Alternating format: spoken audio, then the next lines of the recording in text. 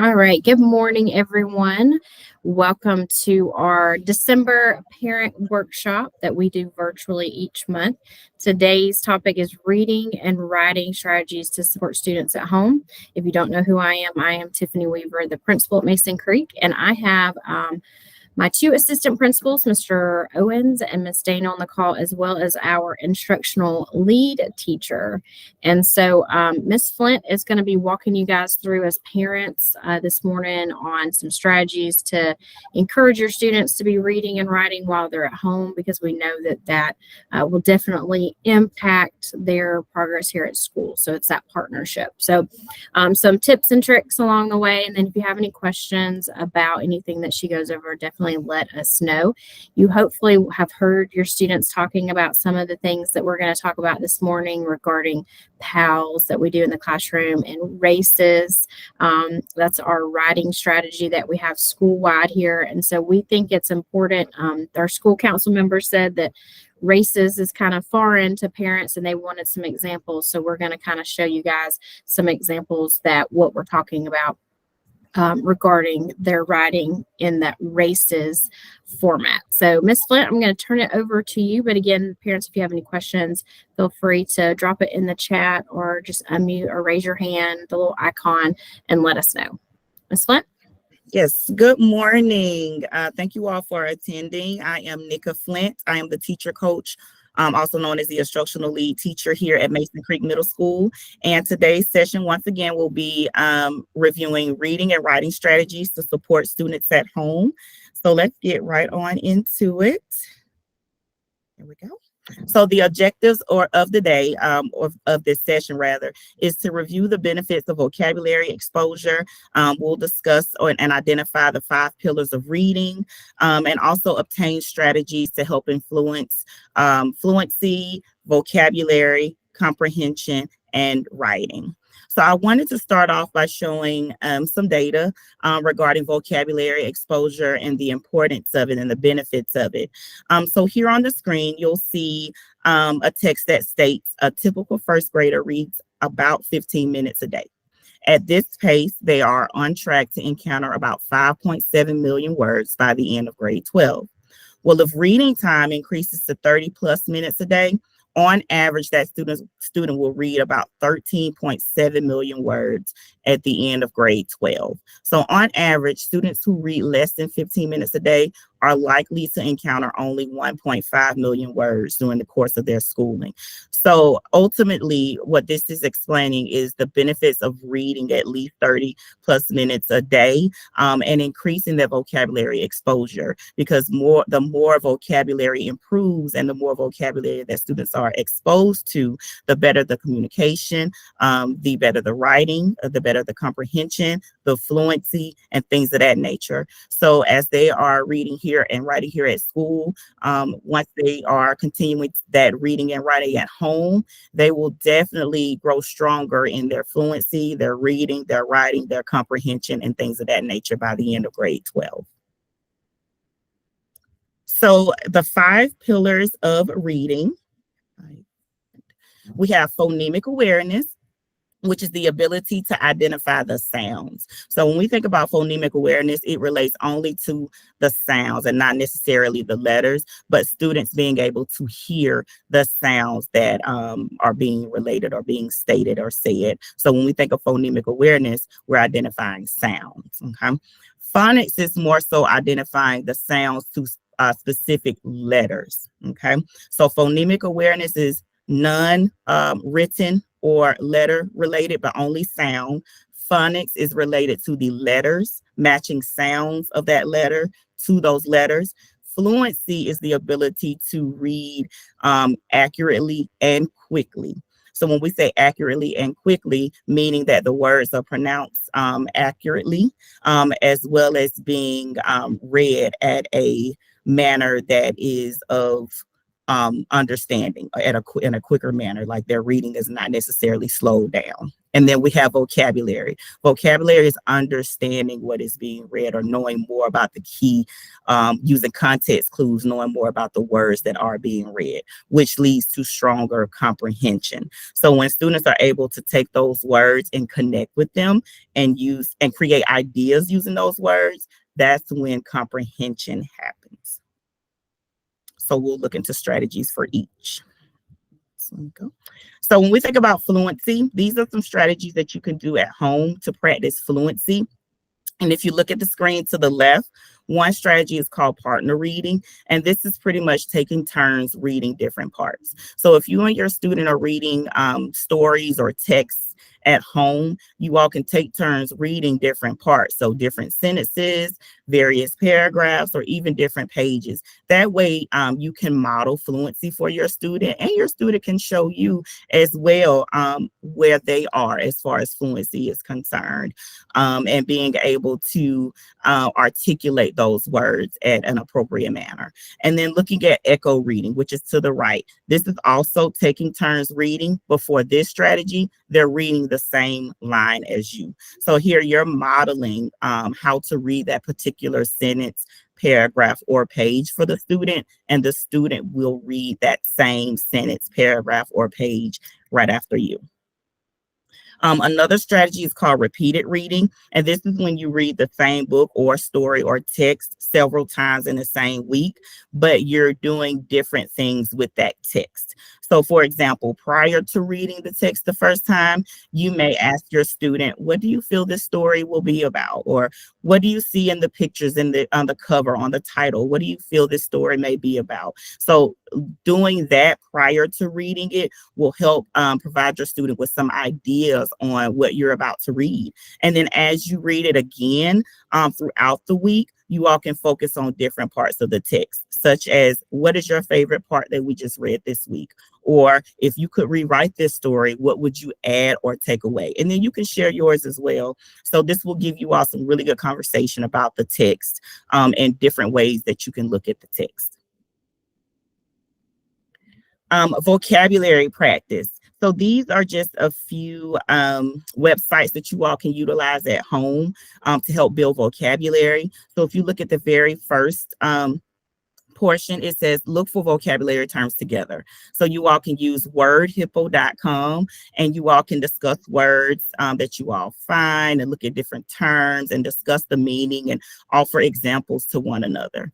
The next is called vocabulary.com, and they offer words from the text 100 words every middle schooler should know. So you can choose a word a week, define examples, and then have conversations about the words. And once again, that comes from vocabulary.com. The last one, it's a fun game called Synonym Catcher.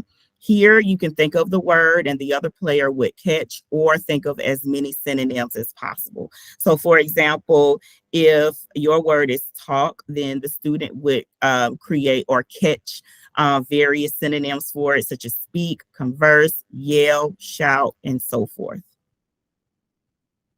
And then other sites, Merriam-Webster.com, excellent site, has a variety of word games and crossword puzzles that you can probably make like a little competition out of at home and just enjoy looking at new words and looking at the meaning of those words and having conversations about them. So Merriam-Webster has not only crossword puzzles, but quizzes as well that you all can do together.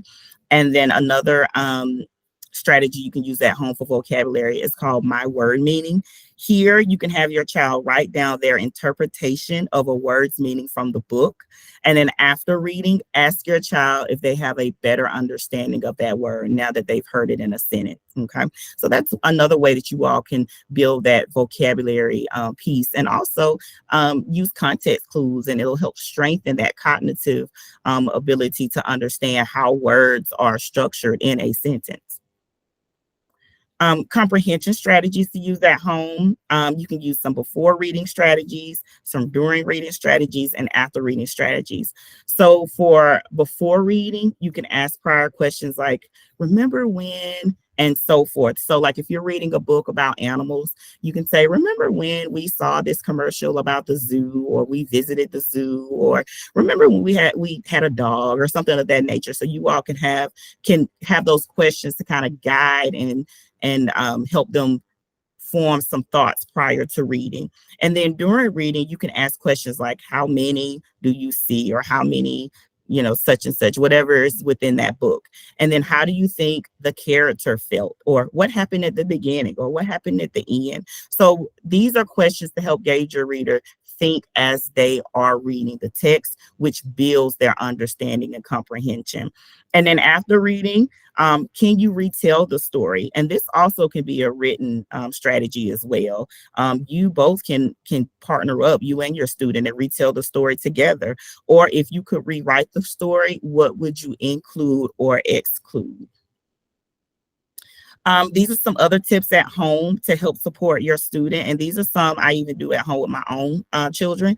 So we can make reading fun, such as creating games. It could be those crossword puzzles, vocabulary catcher, modeling the reading for the student. You can have a word wall at home for your student. So if your student has vocabulary terms in their classes, maybe post some of those words in their room and have conversations about them at home. You can discuss some of these STEM words. When we say STEM words, we're talking about prefixes and suffixes, and those root words, which are discussed in their science classes within their warm-ups. So you all can have some conversations about, what did you learn in science from the warm-up, from the STEM warm-up this morning, or earlier this week, and things of that nature. And then literacy can be digital as well. So as you're watching a movie, pause the movie and have a conversation about what's going on with the characters. How did the character change or evolve from the beginning to the end? And then when we think about GPS, ask questions like, where are we going? Are we going north, south, east, or west?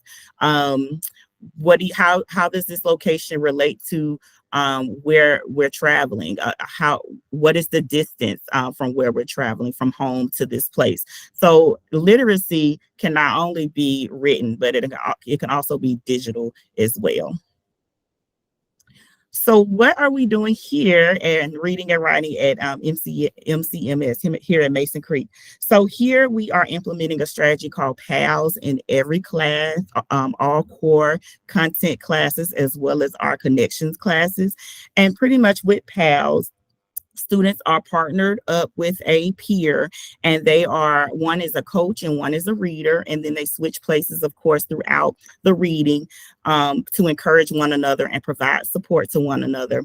And throughout their reading of that piece, they're also summarizing, they're shrinking the paragraph, they're pointing out keywords and terms within that text. So they're partnering up with a peer to build that fluency and comprehension and vocabulary piece. And this is done in every class at least one time a week to make sure that not only are they building their own comprehension skills, but they're supporting one another and their peers through this process as well. And they're reading mostly texts that are important and related to their content area. So if they're in a math class, they're reading an article with a partner related to whatever math topic they're covering in that moment, and how it relates to real world and real life. If they're in a science or a social studies or ELA class, they're reading an article that relates to whatever it is that they're learning about that week in that class. Even in music and band, they're reading about musicians and genres, and are being able to summarize and recall and point out key ideas from those texts. And our writing strategy here is called RACES. And so with RACES, students are reading text, or like I said, literacy can also be digital. So they may be looking at a picture or analyzing a brief video. Whatever it is, they're taking a deeper look into that particular text, and they have to answer some deeper questions regarding that text or picture or video. And so with the structure of RACES, students are formulating a response that entails restating the question. So taking the question and putting it into a sentence. And then as they restate, they're also answering the question. Okay, so they're restating the question and then they're answering it, and then they're citing evidence from that text. All right, and then after they cite evidence, they have to explain or elaborate how that evidence supports their answer. And then they'll summarize it, meaning they're concluding it. So if you take a look to the left, this is an example of a racist response that was written by a student. And here they had to answer the question after reading a text: how is Layla's personality considered shy? So here they restated the question: how is Layla's personality considered shy? Restated it into a sentence: Layla is a shy person because. So now they're leaning from their restating to actually answering, and the answer is in yellow. So I tried to highlight it for you all so that you can see the different versions of it, or the different areas of racist. So green is restating, yellow is answering. Because students usually describe her as a quiet girl, and she is not chatty and is used to her classmates being quiet first thing in class. So together, that's the restating and the answering. Here, they're taking the evidence from the text or the passage or whatever that they're using, and then they're taking that evidence to support their answer. So according to the passage, although the students usually took their seats immediately and opened their books quietly, today they were gathered groups, chatting loudly and laughing. Also, the students wrote her off as that quiet girl. So this piece of evidence supports that answer, okay, of why Layla is a shy person and considered a quiet girl. Here in the red, they're elaborating and explaining how their evidence supports their answer. So based on how the students see her, it tells how Layla is known from students as quiet, and Layla was not used to seeing her classmates chatting and not sitting quietly. Here in the red, this is the student's own words. So the only thing in this response that's really specifically from the text is what is in orange, okay? Everything else should be in the student's own words. So here in the red, the students are pretty much paraphrasing or explaining how their evidence supports their answer. And then here in green, the student is concluding their answer. They're closing their answer. So in summary, which is that transitional piece, the students see that Layla is a shy person because of how the students see her as not chatty, and Layla used to seeing her classmates quietly on their seat. All right. So here the student is taking the information from the text. They're citing evidence to support their answer. They're elaborating on that particular answer and then closing it and summarizing it for the reader. So this is done in all of our classes as well, using the various texts that I referred to earlier with PALS. They could use any written text that they may read related to their subject area, and they have to be able to not only answer the question but use the evidence that's been given to them and explain it in their own words. So that pretty much summarizes that piece of being able to use some strategies at home for reading and writing, and what we're doing here at Mason Creek. Just remember to check Infinite Campus for progress in classes. Feel free to contact your student's teacher for any more strategies in student progress. And if you have any questions for me, please feel free to email me at nika.flint@dcssga.org, or you can call here, and my extension is 2660. Are there any questions? I can't see the screen, so I know there may be. Thanks, Ms. Flint. I don't see anybody. Remember, you can always put it in the chat, or you can raise your hand. But just to summarize, I have a third grader myself, and so this whole reading and writing at home, I have seen the benefits of doing it. It's hard some nights, I know, because so often I'm, at a Mason Creek event, but just reading in the car on the way home, having her write down, things that she enjoyed at school or didn't enjoy at school. My daughter probably has a longer list of did not enjoy. So just the practice of it. And that's why we do PALS and RACIS in every content area. So whether it is a language arts class or not, we know that those two skills, reading and writing, is going to impact them in every content area. So that is a big push from our teachers to get them doing it as often as possible. And so just, talk with your students how they feel about PALs, how they feel about races. We added the S this year. So if you have a 7th or 8th grader, it used to be race for them, but we added that S at the end for summarize. So that is new this year. So just talk to them about, what are their thoughts about it. We do a lot of cross-curricular assignments using those. So they might be reading social studies passages in their language arts class and vice versa. And so it works very well for us. So please let us know if you have any questions. I know that I have had to reach out many times to both my daughter's teachers and to Miss Flint, and just to get some ideas on how I can help my own child. So please let us know how we can help. And I just appreciate you guys coming on. I'm going to go ahead and stop recording.